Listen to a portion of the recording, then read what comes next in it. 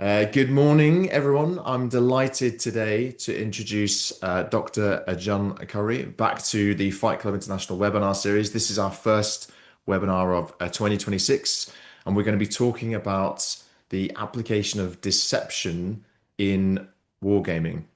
And John has also produced a book on this topic, which I have advertised previously, and I'm sure he's going to get to as we go through the presentation.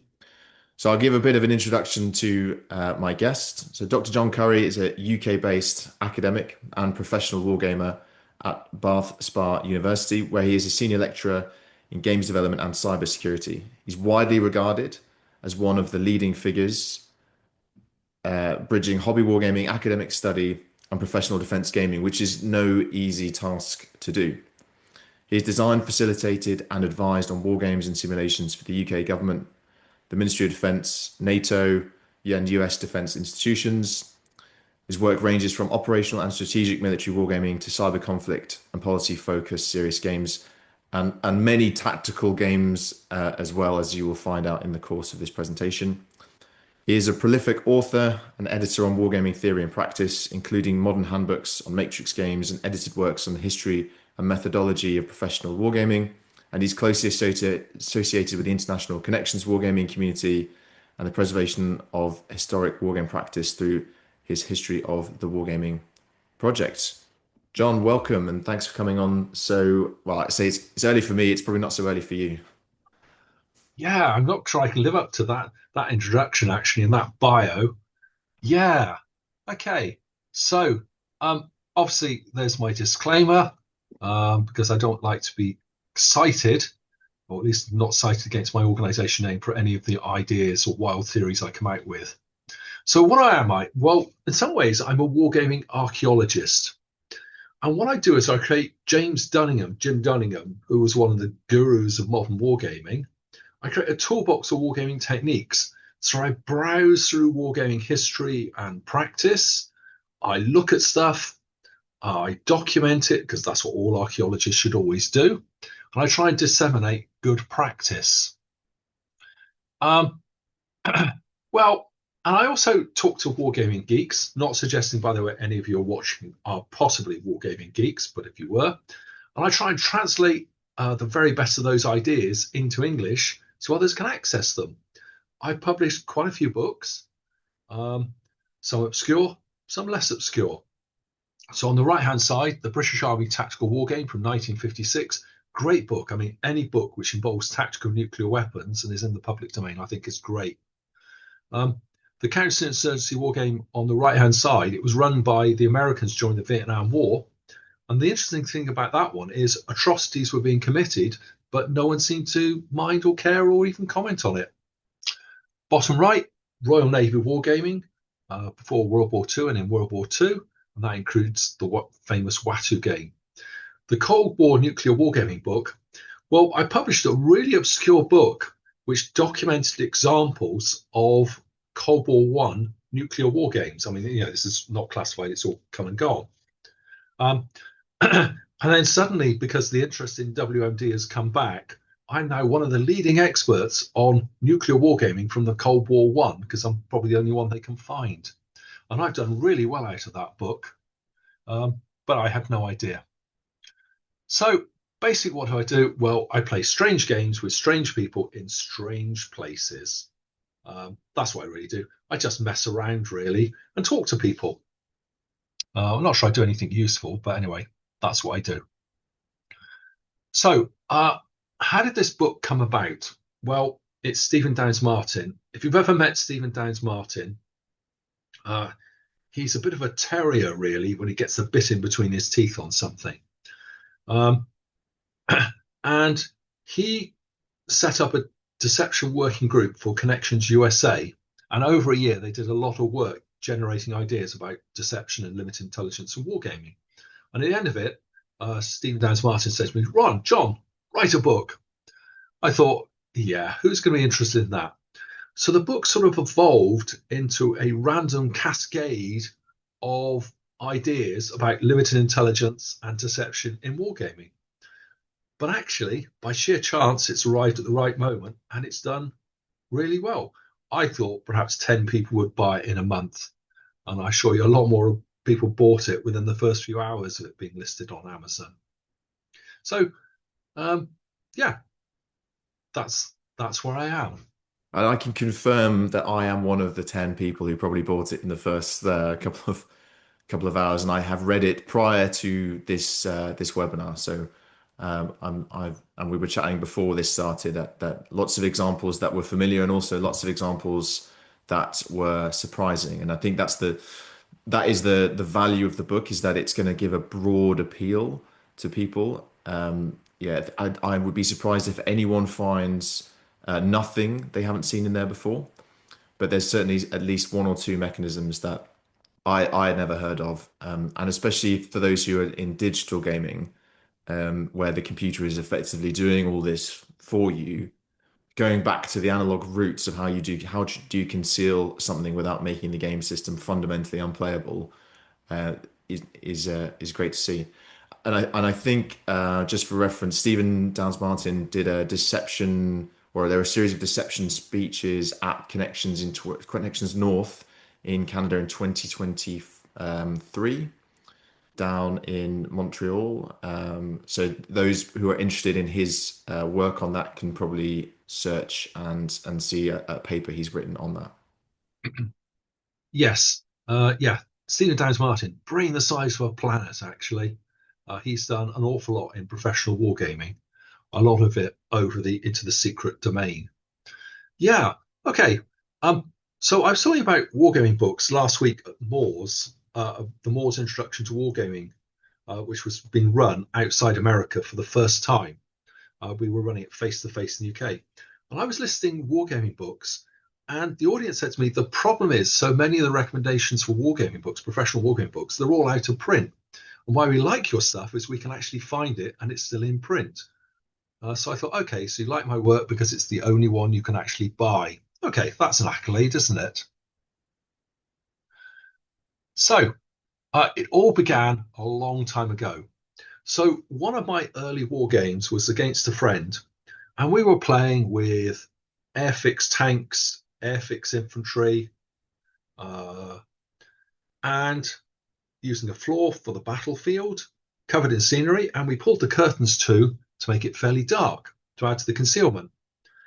And we had various rules, such as you couldn't look in a building unless you had someone in the building, for example. You had to only look from the position you were in the room.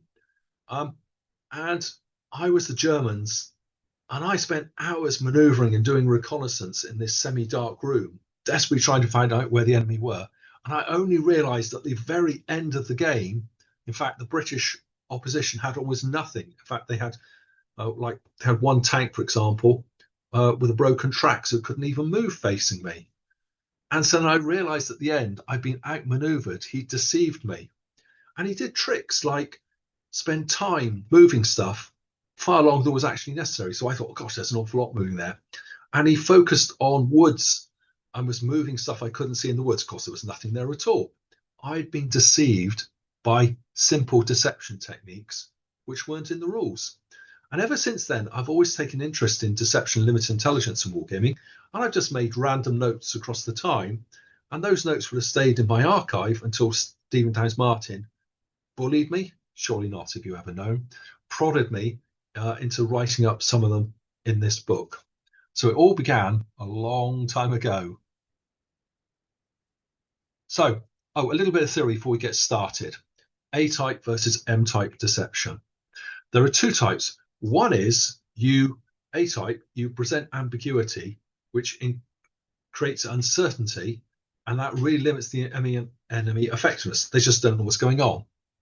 Now, M-type is where you deliberately create a false belief to try and influence their decisions to get strategic advantage. So, for example, D-Day, for example, World War II, where were we going to land? That was an M-type deception. Interesting enough, actually, the Germans, defenders, were not employing anything beyond tactical deception, as in hiding individual emplacements. They had no idea that perhaps they should conceal their thinking about where we were going to land in order to create ambiguity and uncertainty for us, the attackers.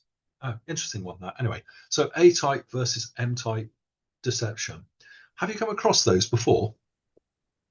Yes, although it's not necessarily well briefed in a military context, and this is a sort of tangent into Yeah. wargaming versus military application of deception. We are always trying to do A-type deception because, as in conceal the real, present the false. The harder one to do, and it's sort of plan, is the M-type deception. An example of this I had at the battle group level, so a battalion sized, trying to cross a river. There were three crossing points. The middle one was denied. So we could either go left or right in very simple terms. And A-type deception would have meant we don't give away where we're going to go as much as possible, but there are only two options. And M-type, which is what we were trying to do, or at least what I was trying to convince the commanding officer to do, was to convince the enemy that we were going to cross on the left from our perspective and actually cross on the right.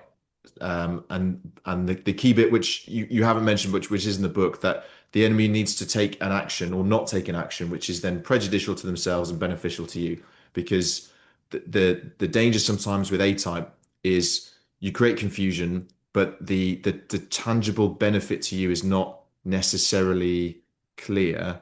And I've also had it where some military officers seem to think it has to involve the enemy moving something somewhere is like that is what deception is, as opposed to not committing the reserve because you're unsure, i.e. type A. So it's talked a lot in military circles and in planning. I don't think the details are well understood. And type A, you can sort of everyone can be confusing.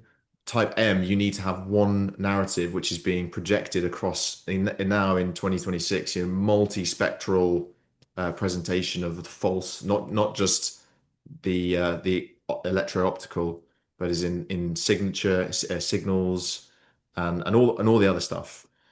Um, but the key point is it's got to create a window of advantage.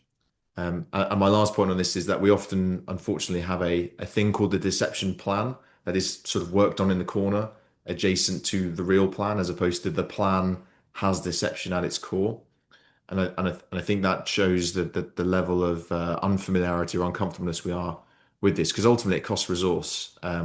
Your example, the resource it cost was the time and effectively role playing of the opponent to walk around the game table and pretend to move troops that he didn't have in places that he wasn't. That was the resource for them. In a military context, to do these deception techniques requires to commit resources to deception, which could therefore cannot be used elsewhere. And in a resource constrained environment, commanders are uncomfortable doing that because they would rather resource the main effort, the attack, or the sweeping maneuver, or something and so forth. So yeah, it is a real problem space. Yeah, that's what I've seen as well, actually.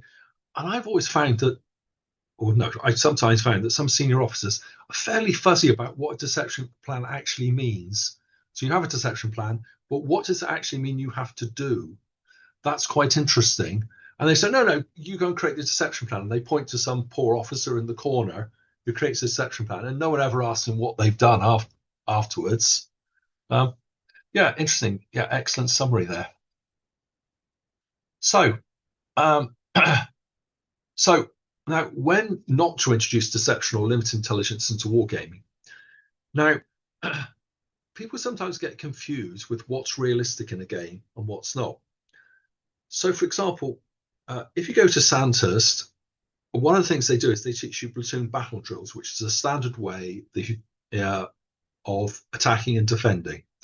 And initially, they do the platoon attack drills actually on the playing fields. And they do it where everyone can literally walk around these bare playing fields and they talk through, where the gun group is going to be, the advantage and disadvantage of the officer leading from the front, where should the platoon sergeant be, etc. And when you've done it, then they go out to a training area. And then initially in the training area, they do it in some pretty bare terrain and the enemy firing at you, they're not exactly well concealed. And they keep running through it with no deception, no limit intelligence until you've actually understood the battle drills before they can introduce the more complex ones. How do you apply the battle drills where you're not quite sure where the enemy are actually shooting at you from? Um, so sometimes in wargaming, it's good to have an open wargame where you can see both sides because it's part of the learning experience. You are training for war, but not particularly that aspects of war. So yeah, I go for wherever possible. Initially, I do. Let's see what's going on until everyone learns. Is that your experience as well? Yes, I was one of those cadets on the playing field, seeing it all, and you know, even to the point where the demonstration troops had different colored helmet covers, so you could see who was what.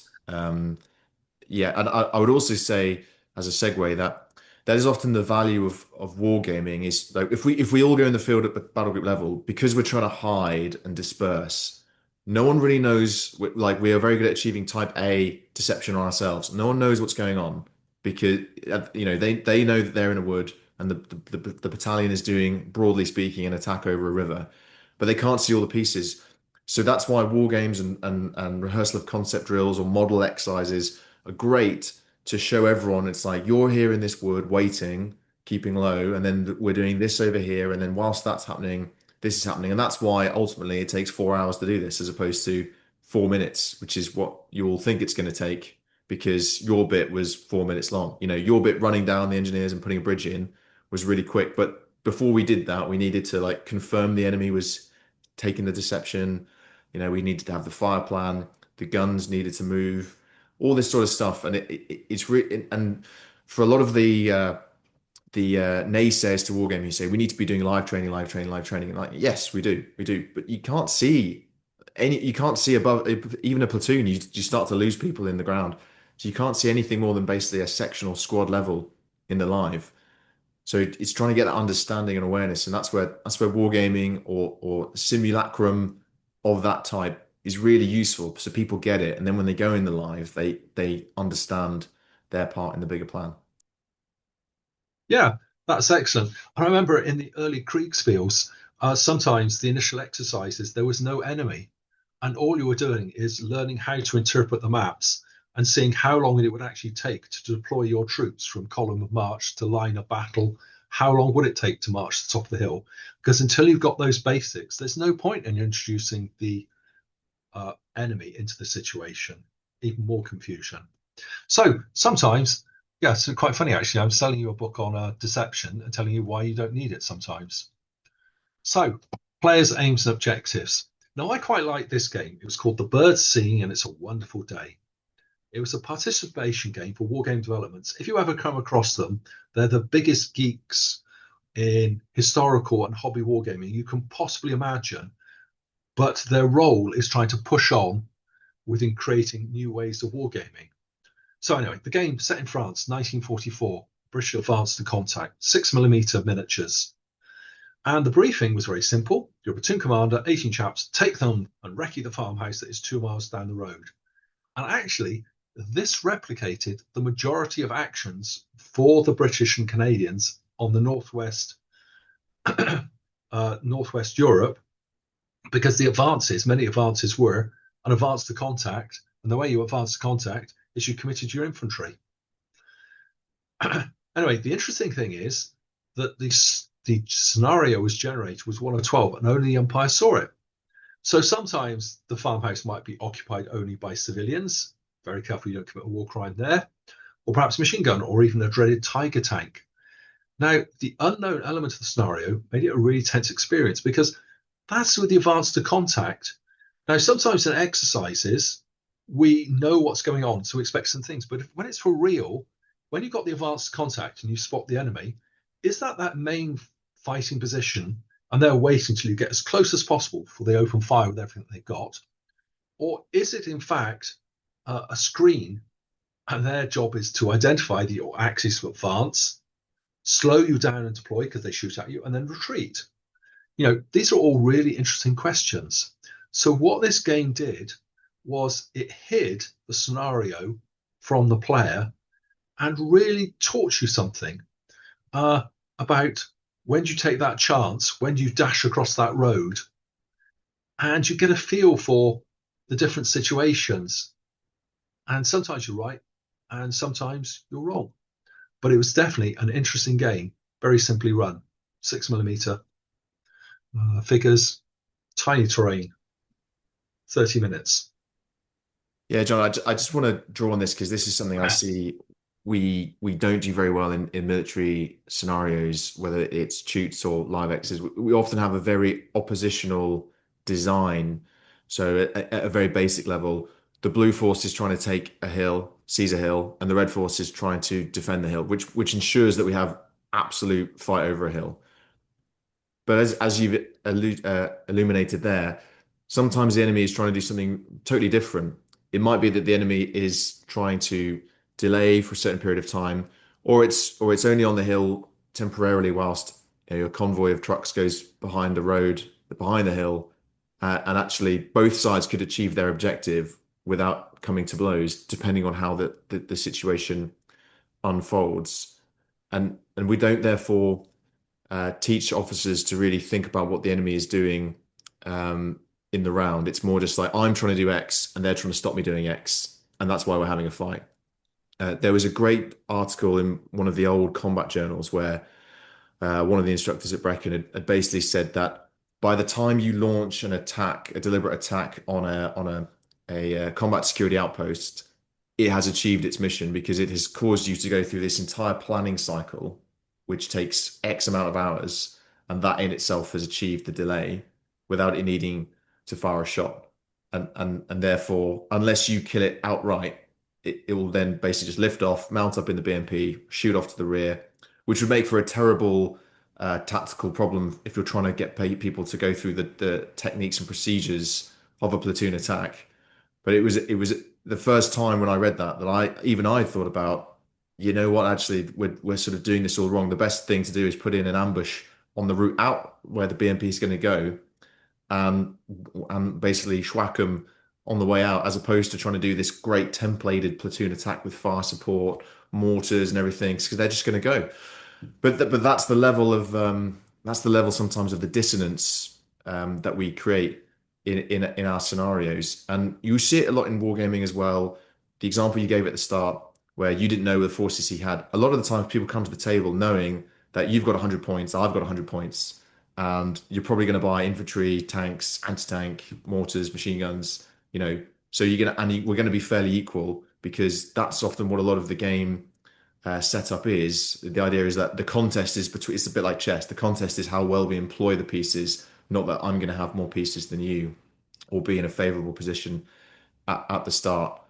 And if the briefs are open to both sides, then both sides can see what each other are doing to an unrealistic level of detail. So we are probably guilty in the hobby space, certainly, of maybe giving too much information away. And a counter would be sometimes in Matrix games where you have the secret objectives and the factions actually, it's this idea that we're all getting along in the West, and actually many of the factions have their own objectives which don't necessarily align with the corporate objective of the West and are trying to achieve things. I've also seen it in some sort of role-playing miniature war games where it's the good guys and the bad guys, but everyone's trying to individually succeed on their own objectives, and those are hidden to the other players. So it can create some very interesting cooperation or competition within elements that, in theory, should be cooperating. Yeah. I mean, Afghanistan, many of the low-level infantry actions were like that. We moved along a road because that's how you moved in Afghanistan. You get a contact, um, you deploy to your fighting positions, you fire, call in indirect fire, the enemy retreats, you storm up the hill, you take the ruins or the deserted village or whatever, and then you go back down to the road. But what have you actually achieved? What were the enemy trying to do? Were they really trying to hold ruins or a hill in Afghanistan? No, they achieved their objective. They took a few casualties, but they force you to deploy, engage, use up resources, fight for a day. And what did you actually achieve? Because in some ways, sometimes they were just fighting a different war to the one the NATO forces were fighting.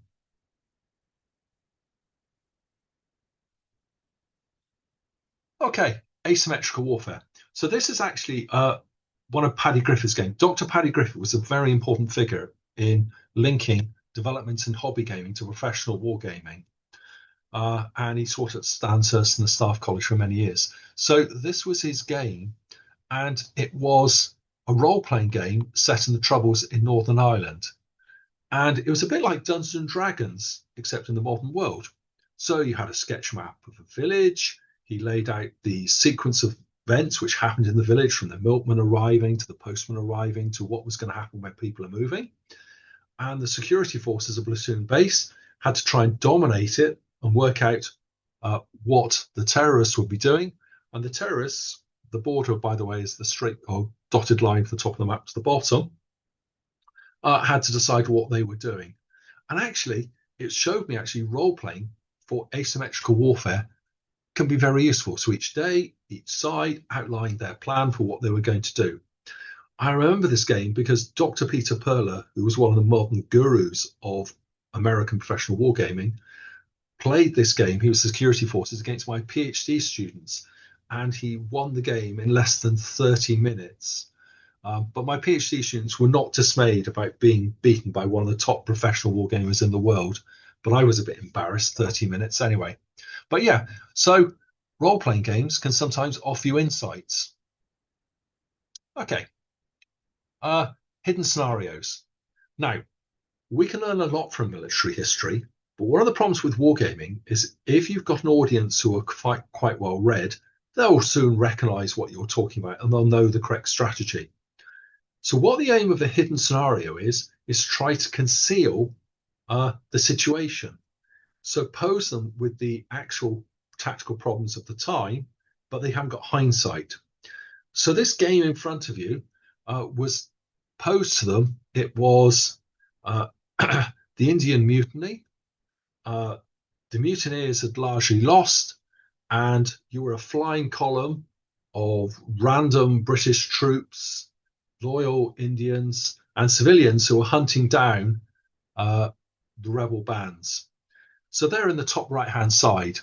And the situation is you've got a long valley with a large enemy camp in them. They've got a few forces on the west side. You see there's some trees along the bottom of the valley, and there's some high ground to the north, a little bit of high ground to the south. Now, every time I've run this game, and other people have run it as well, what happens is that the British immediately send a small force along the bottom of the river valley using the trees as cover to attack the camp from the east, and that's to pin the enemy camp.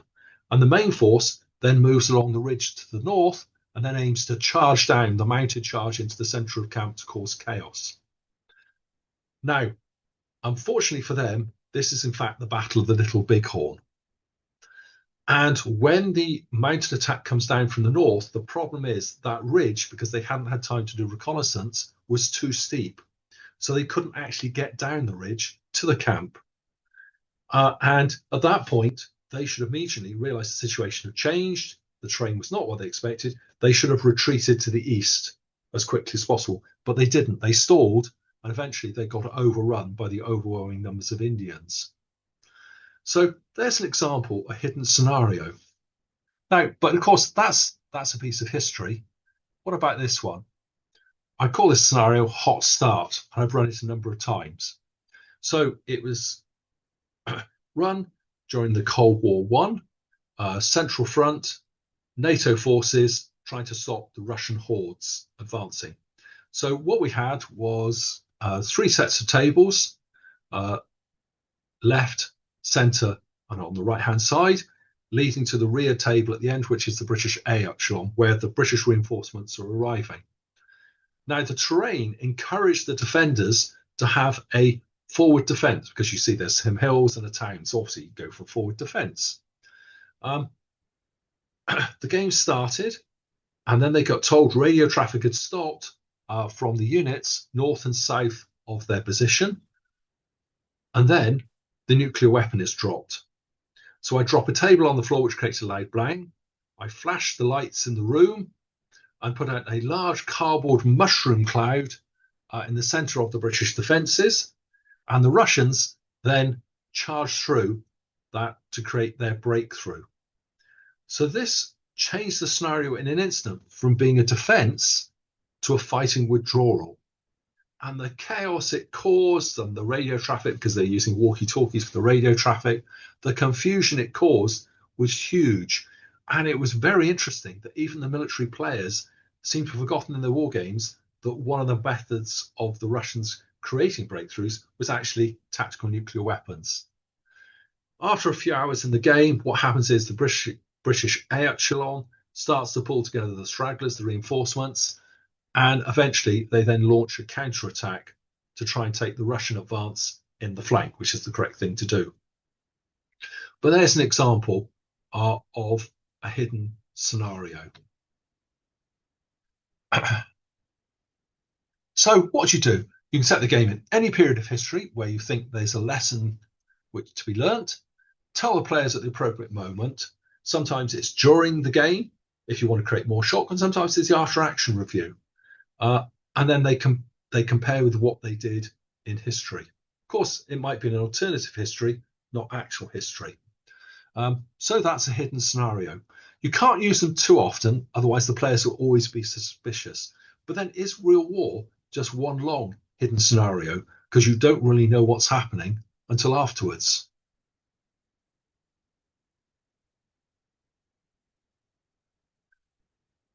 Okay, what about scouting? Now, this is from a Kriegspiel game, and this is German. So, huge number of players. On the right-hand side and far left-hand side, you've got the headquarters on their maps. You have the central playing area with the actual situation and the umpires in the middle. But you've also got a large number of people. Interestingly enough, looks like some civilians there. Giant clocks, they keep track of time. Things written on boards, obviously information sheets. Quite exciting.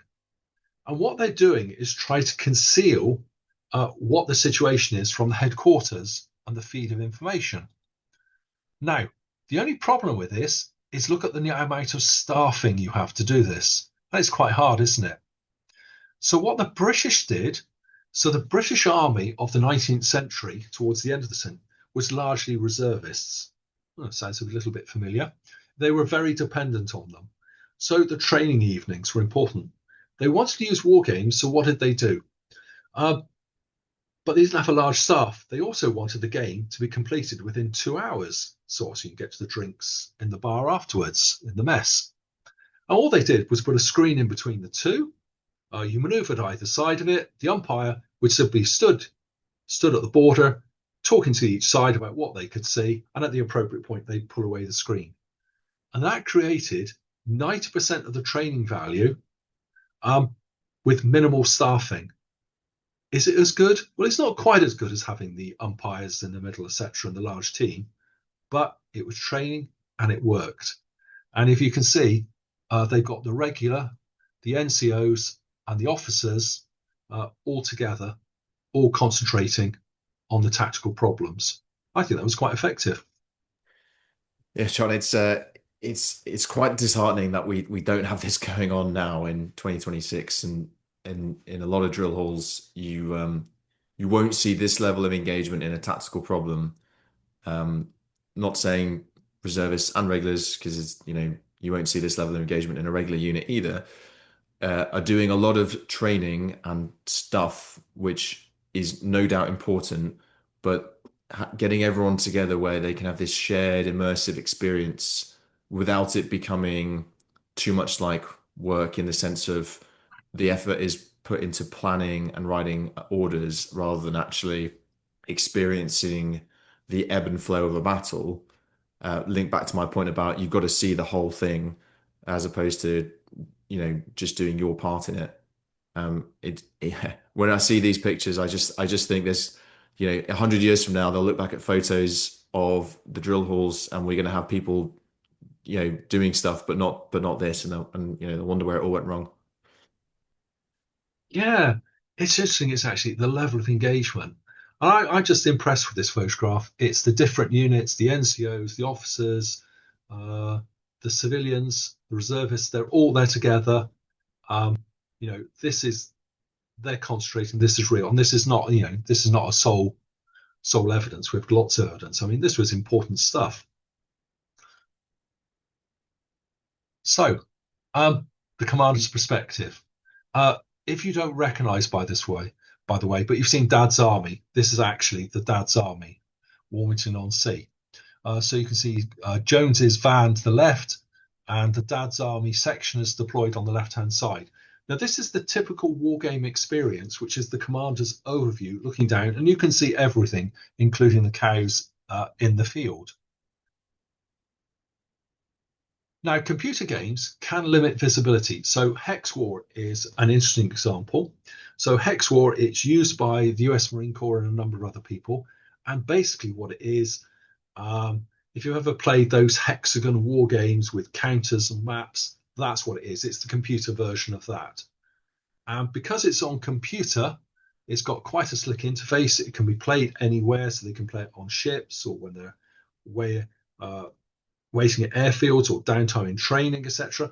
And because it records everything they do, they can learn a lot from it about what's good practice. Anyway, so that type of game just can introduce limited visibility easily. But if you've got manual games, this is a historical example. So this was Paddy Griffith, and what he did was he did sketches. So when you were told you got given the situation, and then he weren't shown the actual battlefield, as in the wargaming terrain, he'd give you a sketch. Say, right, make your plan based on this. Isn't that interesting? Because that is the actual view. And so this one is the commander is actually looking from a church tower. Church towers were critically important in some wars because they're the best observation points. And you make your plan based on that. So, but of course, you can always use Google Maps to do the same thing. So this is an example. Actually, this is the English Civil War. And you're given a series of pictures like this, and you have to make your plan before you deploy to the wargaming table. Now, it also teaches you something about the terrain. And one of the things Wellington used to do when he was moving with his army in Spain is the young officers, he would tell them, as they're moving down the road, tell me what's the terrain over the top of the hill based on what you can see now. What will it look like? When you get to the top of the hill, look forward and tell me what you can actually see, understanding the terrain, because those micro terrain features are critically important. So in here, for example, there's actually a river running all the way along the battlefield. It was from the south to the north. You can actually detect the fording points if you look very carefully, because there's actually tracks leading across the river. Those are militarily very important.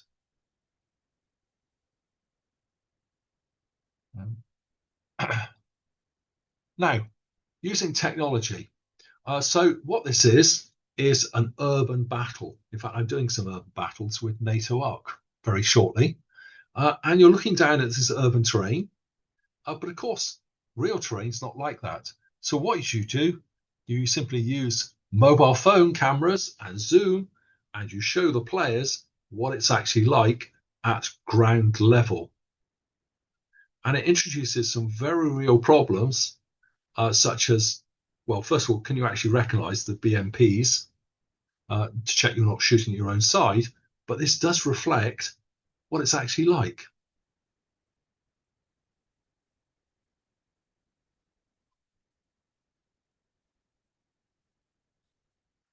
Now, orders of battle, we've started to talk about, haven't we?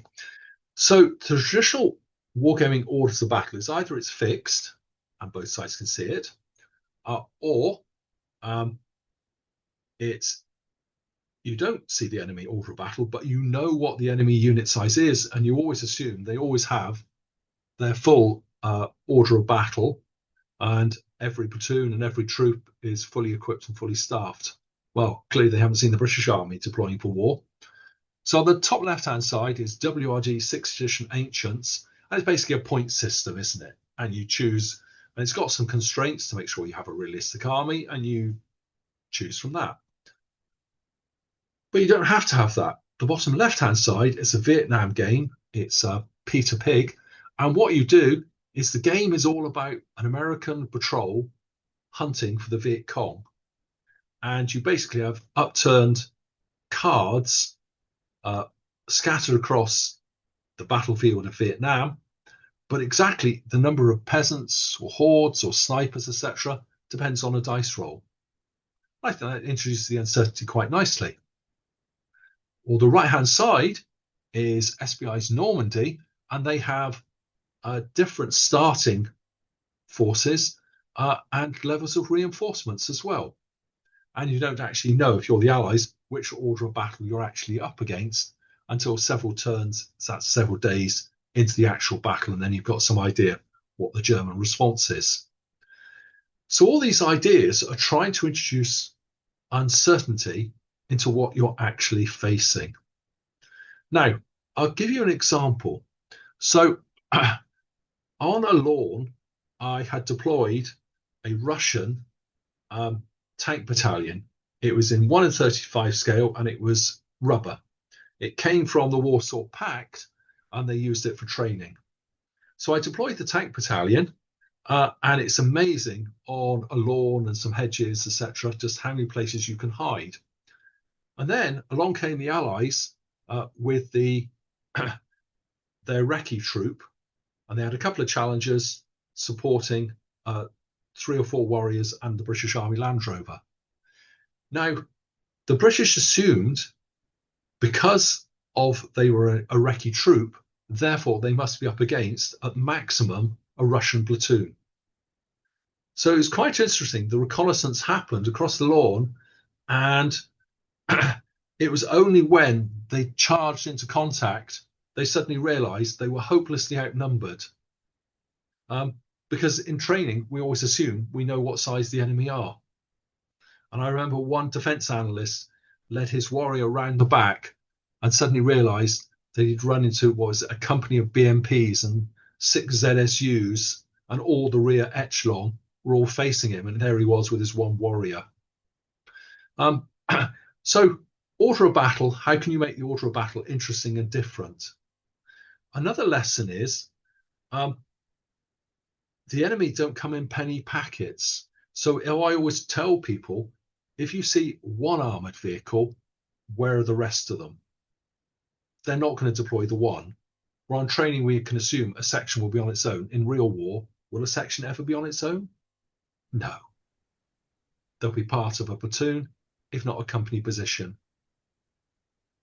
John, that in itself is a great example of playing into the mindset of deception. You could use 4 tanks to space out to look like they are the lead tank of 4 troops in the squadron, and so on and so forth, because of that analogy. And for those who aren't watching on the might be listening to the podcast, I'm just going to highlight the Vietnam game has a series of sort of setups that the North Vietnamese or the VC can have based on a die roll, but there's a link to the American players' actions in the game, because the danger sometimes of this almost randomized enemy is people feel they aren't really. It's very much just like, depends what the die roll is, depends what enemy I have.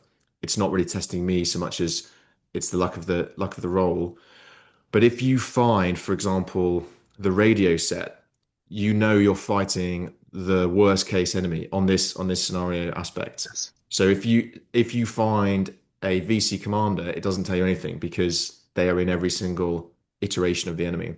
If you find 2 rice hordes, you are fighting the worst case. If you engage by a sniper, you're fighting either the middle case or the worst case. So it rewards your scouting effort, because then you can start to piece together what enemy you have to face. And it might be that you are, because again, having read the book, players could be really cautious because they didn't know what the enemy were, or they could be really uh, sort of reckless because they assumed they were facing a weak enemy. And this reinforces the idea that keep updating that picture of what you've found, what have you got. Appreciate you can't necessarily template it like this in real life. But an example that happened to me in training was, which you sort of alluded to earlier, was you get opened up on by a medium machine gun. Though, and in some armies, those aren't carried at the squad level; they're carried at the platoon level, which should then make you think, hold on, if I hit a platoon position here and I don't want to go forward with my section, my rifle squad. And at the time, 20-year-old Ed didn't think anything of this because he was just trying to, maneuver two fire teams on Barossa.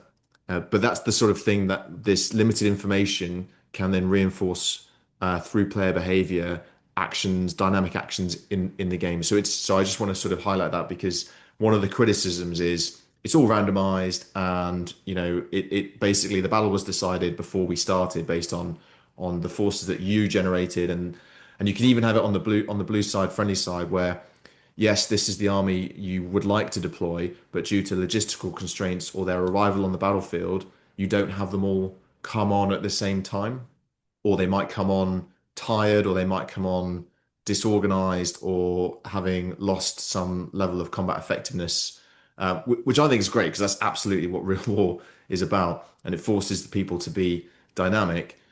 We tend not to like to do that in the military because we want to have set red template, set blue template, and then plan to fight those two together, which I think creates some false lessons. Yeah, no, it does. Absolutely. So combat strengthening, combat outcomes. So this was a very old war game, Stratego, and the essence of it is some of you will have played it. It's squared board. Every enemy unit is hidden. You're trying to capture the enemy flag. You've got a different value of the pieces. That major's in the middle on the 7. Scouts combat value 2. And what you try and do is work out what's the best route to the enemy flag. If you challenge a piece and it's bigger than you are, you're destroyed unless it's the scout. So, what are implementations of this? Well, Panzergruppe Guderian was an SBI game, and they actually had the Russian forces, all the units. It was hidden combat strength initially. It was unknown to either player. That's why it's got a question mark instead of the combat strength. And actually, this still reflects the situation with many Russian forces at the start of conflicts. Some Russian units perform very well. Other Russian units perform really badly.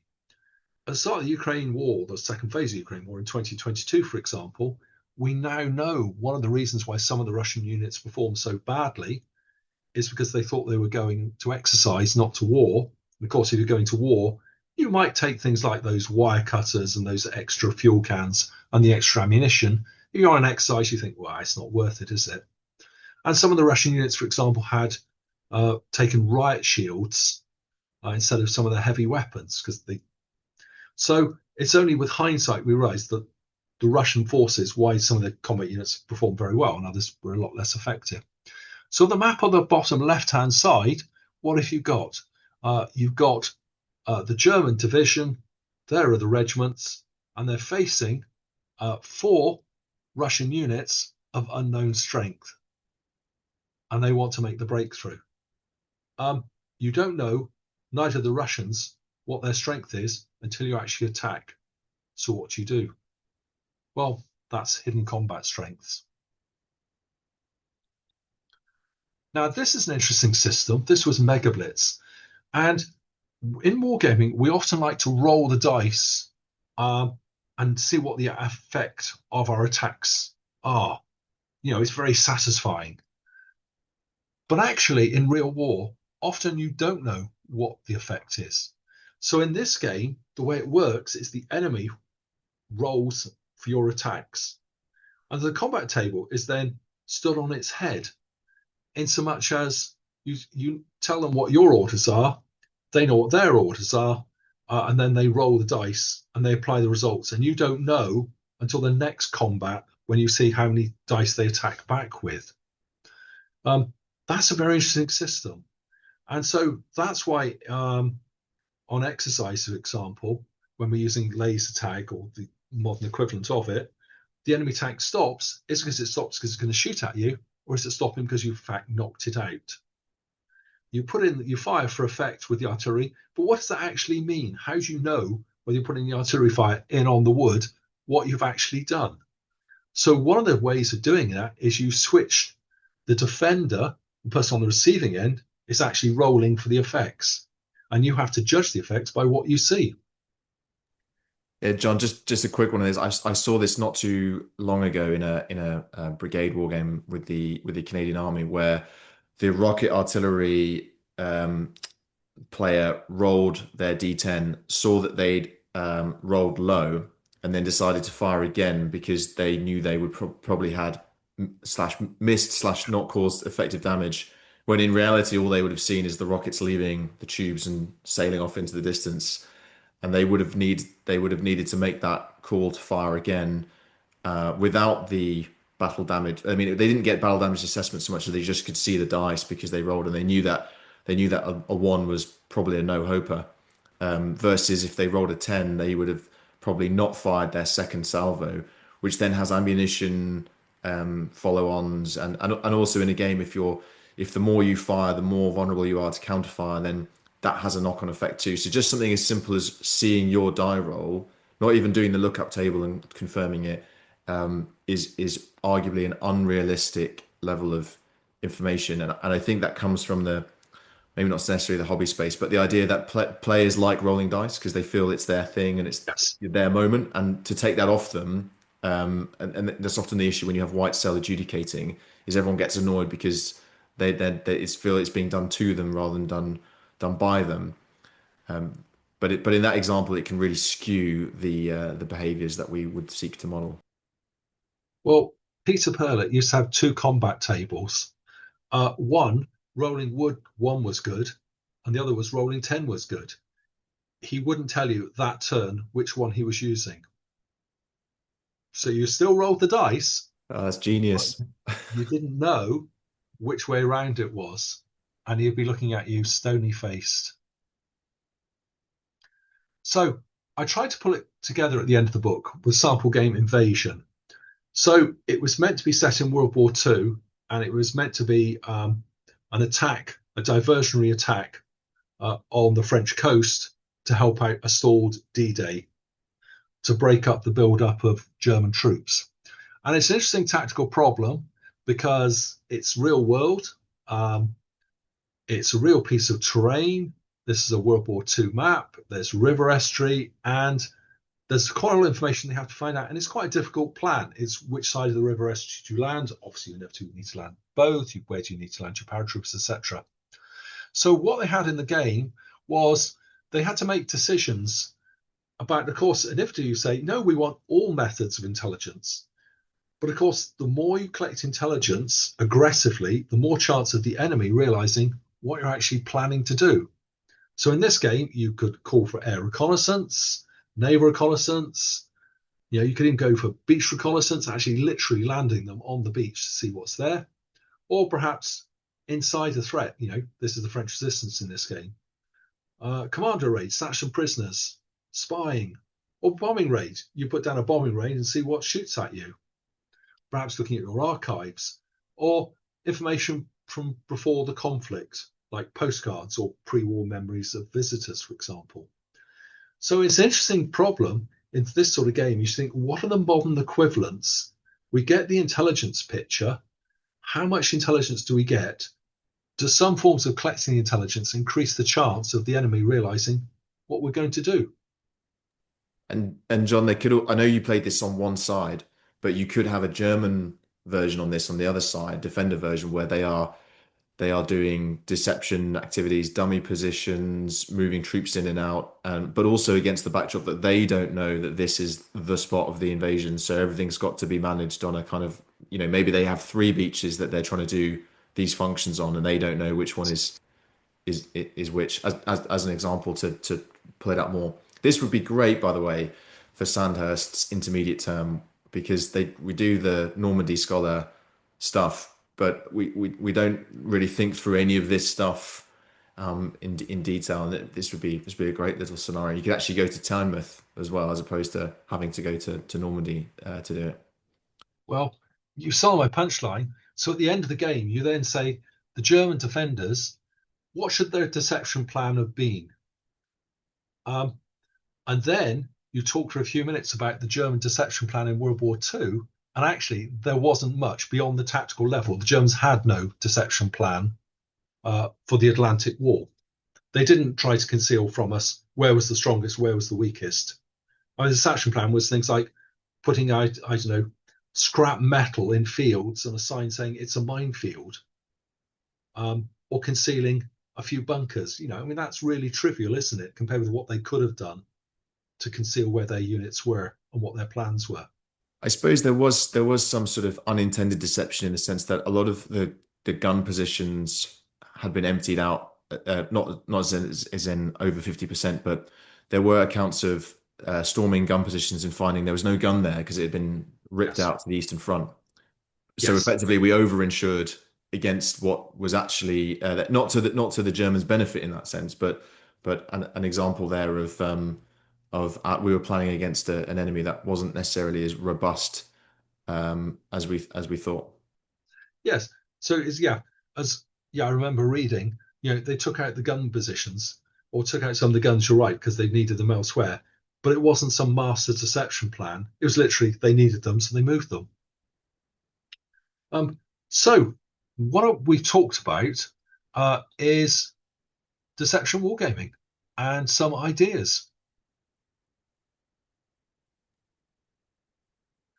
John, thanks very much for that canter through your book. I suppose I'm going to throw some additional questions on top now. In the professional gaming sense, where are people still going wrong with this? And feel free to take it anywhere because equally, we've talked about sort of the simple mechanisms. There are also overcomplicated mechanisms which actually stifle the gameplay to create the limited intelligence, limited information systems that you've described. So at the strategic and operational level with games, I don't think many people appreciate just how horrible and barbaric our opponents are going to be in a war, especially if you're dealing with civil servants, politicians, people who lead our critical national infrastructure. Now, with soldiers, soldiers that have been around for a while, they know war is grim. But I think outside that space, many of the people they just don't get it that we are fighting potentially a thinking, living, adapting opponent, and they will learn, they will adapt, and they will do some pretty barbaric things if they think it will help their case.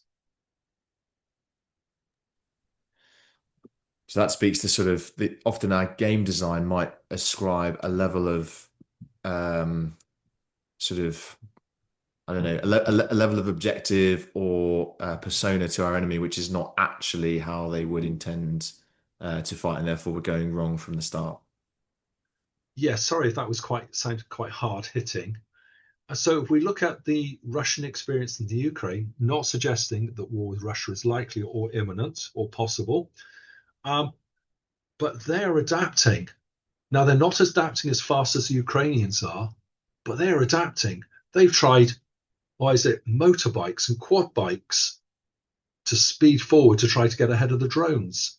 They've attached fiber optic cables to their drones, and now some of the areas it's hard to walk at night because there are so many fiber optic cables everywhere.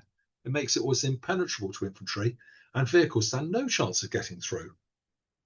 You could put a tank through, but after it's been through the first 300 or 400 fiber optic cables have wrapped around its tracks, it's going to get stuck.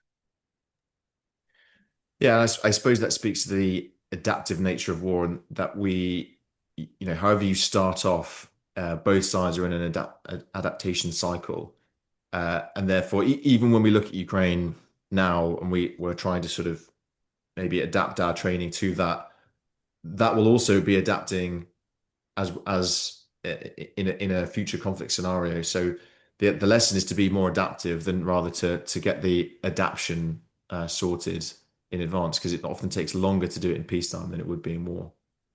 So one of the lessons from World War II and from the Pacific is both the Americans and Japanese played war games, but the American war games were better.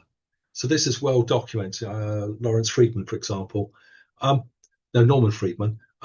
It was the fact that when the war happened and it was different from their training, the American commanders at all levels adapted faster to the realities.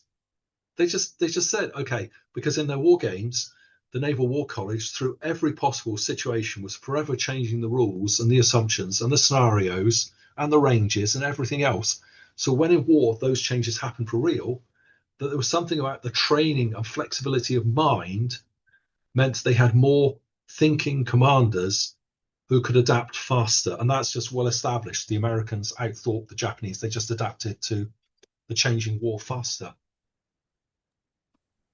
Something Stephen Downes Martin mentioned at the Connections North conference was the two ways deception can be applied in war games, and this is in the macro sense of either Yes. modeled or real. And you've given examples of it being of real deception and these mechanics, these limited information mechanics, which enable real deception.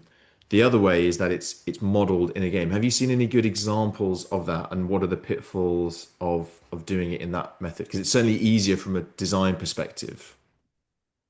Yeah, it's because I'm an academic, I like people to learn. So I prefer to actually include stuff they can learn from. And if it's just in the game system, it's sort of hidden from them. And what are they really walking away with?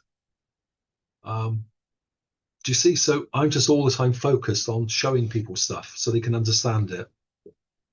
Yeah, I mean, I've not necessarily found many good examples, but an illustration for the audience might be that you have a deception activity card or special ability that Yes. says you have deceived, and the game effect might be that I, the blue player, get to move one of the red player pieces in a manner which is not non-advantageous to you and advantageous to me because it has quote been deceived, which for the purposes of the game has created a situation, but we haven't necessarily learned anything about the methods Yes. or application of deception. And also you can see that it's completely false because Yes. I've just done it to you. So the next turn you will just move it back. So that it's created one turn of opportunity when potentially this could be a compounding effect over time and so on and so forth. So it's difficult and we're almost now both responding to an external stimuli, which is this card or action mechanism called deception, as opposed to us playing off each other. And therefore, as you say, the danger is we're not really learning how we deceive. We're just because there's no magic deception card. It speaks to the sort of deception plan that someone works on in the corner of the HQ.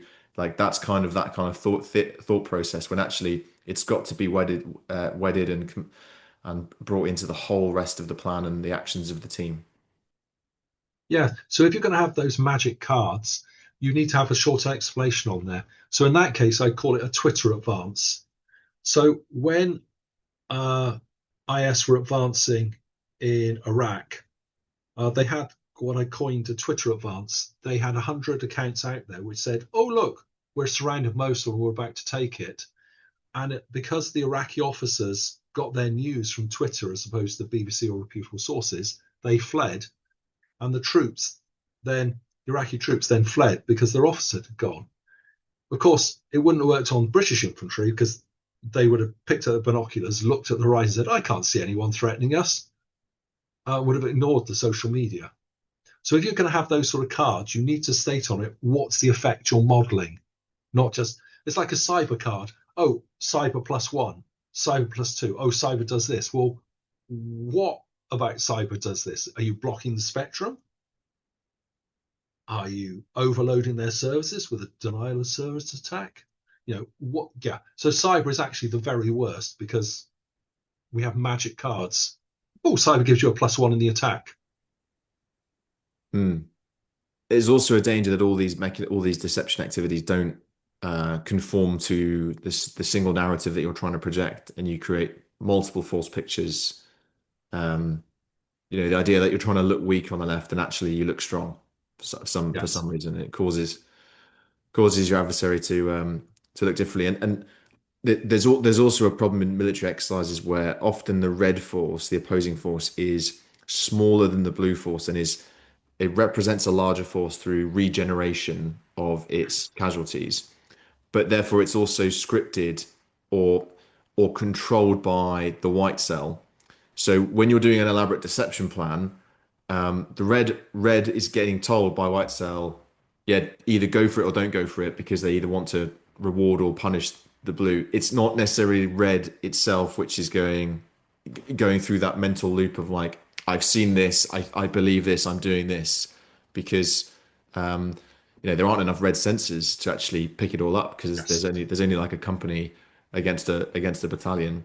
And also that red commander might be like, I've been told to defend the river like this, so I'm going to do what the template says, and then white cell will tell me, XCOM will tell me if they want me to move. So really difficult to have deception, even if effective, applied to get the reward. And I think that is the issue with the feedback loop is that if it's not considered to be beneficial, it's not worth the expenditure of resources. So let's just not do it.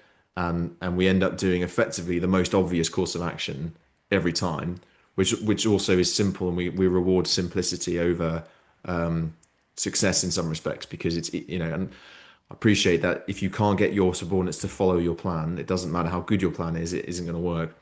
But therein, I feel, is a sort of tension that is not explored. And the solution, from my perspective, would be do more of it in wargaming, where we can actually see the deception effects, so that we then feel more comfortable doing it properly in the live, as opposed to trying to do more live or have it modeled better in the live, because that Yes. is often going to be resource constrained, as I've already alluded to. Now, one of the things the Russians do well in war is they treat deception as serious. When they do deception, if necessary, Putin, the leader of Russia, would be involved in the deception. It would be at a strategic level, and it would be an all-nation effort for strategic deception. There'd be no question about it. It would not just be, oh, well, the armed forces can deal with the deception down there. It would be a national effort. And perhaps that's something we can learn from. Yes, I think I mean, we're coming up on the anniversary, or we might have come up on the anniversary of the fourth year of the Russia-Ukraine war. And I remember a lot of people saying it wasn't going to happen in February 2022. And obviously the Russians did a good enough job of making us believe it wasn't going to happen, or we did a very bad job of convincing them that we would do something if they did it. And here we are 4 years Yes. later. Yes. Okay, John, any closing remarks, anything we've not covered that you would like to throw out there, or maybe a particular war game that you think people could play that models limited information well, maybe something on the easier end for those who might not be expert in this. Right. War games should only ever be part of the training cycle. So I always say, the shorter the war game, the more senior people you take part. Your war games need to be clear objectives, short and to the point, no longer, no more complicated than they need to be to achieve your training objective. If you want a simple game, play Take That Hill, which is the Fight Club game. You play it, all the counters inverted, and then the way I modify the game is I take the enemy counters off and say, right, you don't know what's there. How does this change your platoon attack? And I assure you, it really does change it. Instead of seeing those little counters saying, oh, we're up against an enemy section, therefore, what we need to do is this. So there's a simple game. Oh, Play it and pull the counters off. no, that's brilliant. That's brilliant.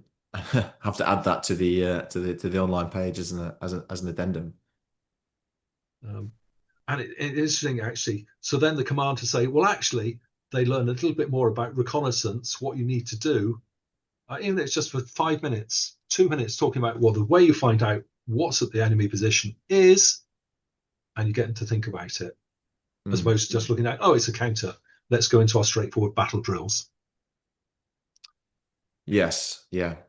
Or I suppose that it's a counter. Then once you get visual line of sight, you could then chance adjust it to be better or worse than that. Yes. Yeah. So yeah, no, all good mechanisms, and get that lesson early of scouting and adapting on the fly. Oh, I hope that was made people think. John, thank you so much for coming on. And for those who missed it, it'll be up online. later on our YouTube channel. A pleasure. Okay. Thanks, John. See you on the Bye. next one.